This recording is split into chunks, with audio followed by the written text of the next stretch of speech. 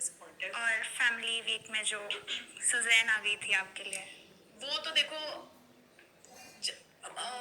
I think वो जब visitor के लिए आई थी तब मुझे इतना, मैंने एक्सपेक्ट कर लिया था कि मेरा कोई दुश्मनी आने वाला है। जब मैंने विकास जी देख लिए थे और मैंने देख लिया था कि सौरभ जिसको मैं एक्सपेक्ट कर रही थी वो योगेश के लिए आ गया, तो मुझे लग रहा था कि मेरे लिए तो कोई दुश्मनी भेजेगी। मैंने योगेश को बोल दिया था, देखना मेरे लास्ट में इसलिए रखा है, इनको कुछ दिमाग में करना है। तो हमें तो लग रहा था कि उसकी एक्स आ जाएगी या कुछ हो जाएगा, तो वो तो बिस्तर के नीचे खड़ा था कि मैं आएगी मैं तो देखूंगा नहीं, बात ही नहीं करूंगा ऐसे करके। पर फिर मैं, मुझे ऐसे लग रहा था कि 2-3 जो पुराने शो के हैं वो हो सकते हैं।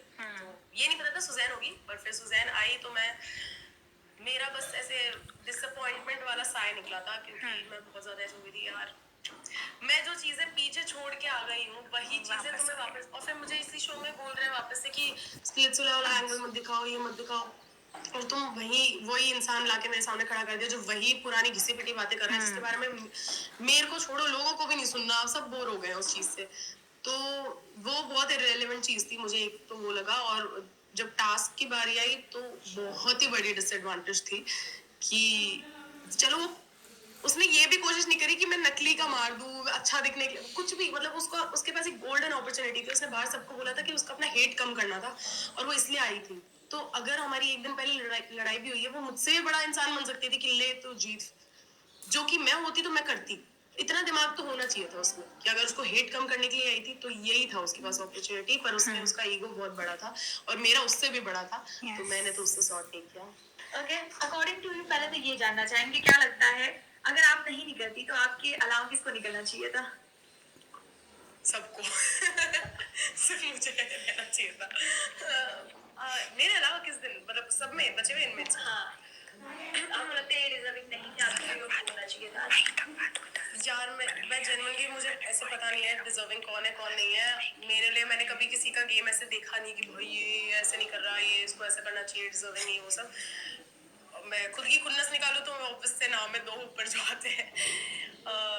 आई थिंक श्रेया का मुझे, नो डाउट उसने कंटेंट बहुत दिया है शो पे एंड बहुत सारी लड़ाइयाँ दिखाई हैं, but I think reality show एक अच्छे इंसान को जीतना चाहिए, मैं तो यही बोलूँगी। तो मेरे लिए वो डिजर्विंग नहीं थी।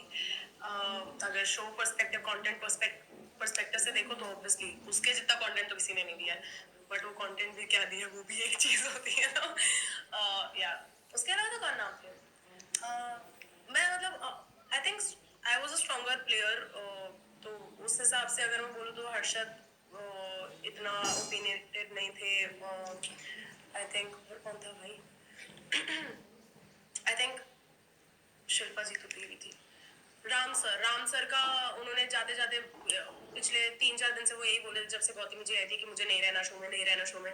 तो आई थिंक जिसने अपने मुंह से एक बार इस पूरे शो के टाइमलाइन में बोल रखा है कि मुझे घर जाना है, उसको तो वो तो नहीं है क्योंकि यहाँ मेरे को बहुत बार मन किया था बोलने का, पर मैंने फिर भी नहीं बोला कि कोई कहीं से पकड़ ना ले और मेरे को लगा दे वो रीजनिंग लेके। जैसा कि राम सर का आपने नाम लिया, राम सर पर बाहर काफी सारे इल्जामात लग रहे थे। श्रेया ने भी कहीं ना कहीं कहा कि वो लड़कियों को अलग नजरिए से थोड़ा किस करते हैं, अजीब, मतलब उनको ऐसा लगता था। तो आपको क्या, कभी आपने ऐसा कुछ फील किया उनको लेकर? बिल्कुल भी नहीं, और ऐसा कुछ भी नहीं था घर पे। अब देखो बाहर का मुझे कुछ नहीं पता है, बट जितना मैं घर पे, क्योंकि मैं रोज राम सर के साथ बैठती थी और जब राम सर गलत होते थे तब भी मैं सबसे ज्यादा राम सर से ही लड़ती थी। तो ऐसा कुछ नहीं कि मैं उनके लिए बायस हूँ। अगर वो गलत चीज करते तो मैं पक्का उसका स्टैंड लेती, बट ऐसा कुछ नहीं था। कोई अनकंफर्टेबल फील नहीं करता था उधर। और स्पेशली श्रेया का ये चीज तो मैंने भी सुना है कि जब मैं सीक्रेट रूम में गई थी तब वो और शिल्पा जी कुछ तो बात कर रहे थे और श्रेया ने ये बोला था कि यार राम सर तो मुझे मेरे पापा से ज्यादा कुछ देते हैं ऐसे कुछ करके। और शिल्पा जी ने बोला अरे नहीं उस वे में नहीं देते हैं। और उस पर श्रेया ने कहा कि हाँ हाँ वो तो मुझे पता है ऑब्वियसली। जब वो दिखाया था श्रेया का तो तब, अरे तो वो भी फेक था, वो भी अपूर्वा अपने नाक कान से कर रही थी। उसके बेसिस पे उसने अपना खुद का ओपिनियन नहीं चेंज कर लिया श्रेया ने और बोलती कि हाँ मैंने कल उनको बोल दिया था कि डू नॉट टच मी, ऐसे करके ऐसा कुछ बोला। कोई अनकंफर्टेबल फील नहीं कराया उन्होंने। और इस चीज पे तो मैं उनका, आई थिंक घर पे सारी लड़कियां उनका स्टैंड ले सकती है, क्योंकि वही एक अकेली लड़की तो थी नहीं, लड़कियां ही ज्यादा थी शो पे, बाकी सबने तो नहीं किया। Akanksha, coming to the Splitsvilla वाला angle, when Rebel Kate entered the house as the secret informer, तो उन्होंने बोला था कि उसको योगांक्षा के साथ सेफ नहीं होना है बिकॉज उनका फैंडम बहुत बच्चों वाला है। तो what's your take on that? यार ये तो बहुत ही घटिया बात लगती है मुझे कि वो सबके फैंडम्स पे ऐसे कमेंट करती है जैसे वो फैंडम एक जना है, उसमें कोई वो नहीं है, मतलब डाइवर्सिटी नहीं है, और वो ऐसे बात करती है जैसे वो खुद उसके फैंडम से नहीं बनी है। उसके फैंडम में भी है, बच्चे हैं, बड़े हैं, बूढ़े हैं, सब हर एज के लोग हैं, पर तुम्हें ये चीज की तो रिस्पेक्ट करनी चाहिए कि उस फैंडम की वजह से ही वो इंसान बना है, और तुम उसी का मजाक ऐसे उड़ा रहे हो कि उसके बच्चों जैसे फैंडम में, तो मतलब वो तो, और क्योंकि मुझे पता है ऑब्वियस सी चीज है कि जो लोग मुझे देखते हैं बहुत सारे लोग उसको भी फॉलो करते होंगे, तो उसने खुद के फैंडम पे भी बोला है ये, मतलब इनडायरेक्टली। और मतलब ये तो बहुत ही ज्यादा एरोगेंस वाली चीज लगी मुझे उसकी, क्योंकि शुरू में उसने मेरे से आती सॉर्ट, मतलब जैसे वो एंटर की थी, वो शायद डला नहीं है वो चीज, पर उसने मुझे बोला था कि अरे तू मुझसे मत लड़ना, मुझे तो तू अच्छी लगती है, मैंने तो सिर्फ योगेश और रूडू के बारे में बोला था, तेरे बारे में तो मैंने अच्छा ही बोला है। मैंने कहा हाँ, तो मुझे लगा, क्योंकि मैं तो सोच रही थी कि वो इनमेट आई है, तो मेरे को लगा कि हमारी दोस्ती हो सकती है। बाद में जाके फिर उसने मेरे से, जब भी हम कोई भी लड़ाई करते थे, तो वो हर चीज में बहुत ट्रिगर हो जाती थी, तो मुझे ऐसा लगता था कि ये जानबूझ के मुद्दे निकालने की कोशिश कर रही है मुझसे, कि मैं बुरी दिख जाऊं, या फिर वो कुछ भी मैं उल्टा सीधा बोल उन्होंने ये भी बोला था कि you are योगेश की girlfriend and then you deny it. या दैट वाज वेरी डिसरिस्पेक्टफुल। और उसी खुद का एक स्टेटमेंट कॉन्ट्राडिक्ट कर दिया, बाद में बोलती कि श्रेया तेरी ओनली कंपटीशन इज आकांक्षा, और मुझे बोला आकांक्षा तेरे तो कोई गेम ही नहीं है, तो फिर मैं कंपटीशन कैसे हुई उसकी। तो उसने, मुझे पता है उसने किस बेसिस पे बोला कि मेरा कोई गेम नहीं है, क्योंकि 2 दिन तक श्रेया उसकी गंदी उसके पीछे पड़ी थी, वो उससे लड़ भी रही थी, उसकी बेइज्जती कर रही थी फुल ऑन, और श्रेया की, मतलब श्रेया बहुत ऐसे डर जाती थी कि नहीं तू मुझसे क्यों लड़ रही है यार, तेरे को मुझसे क्यों लड़ना है, अपन तो दोस्त हैं।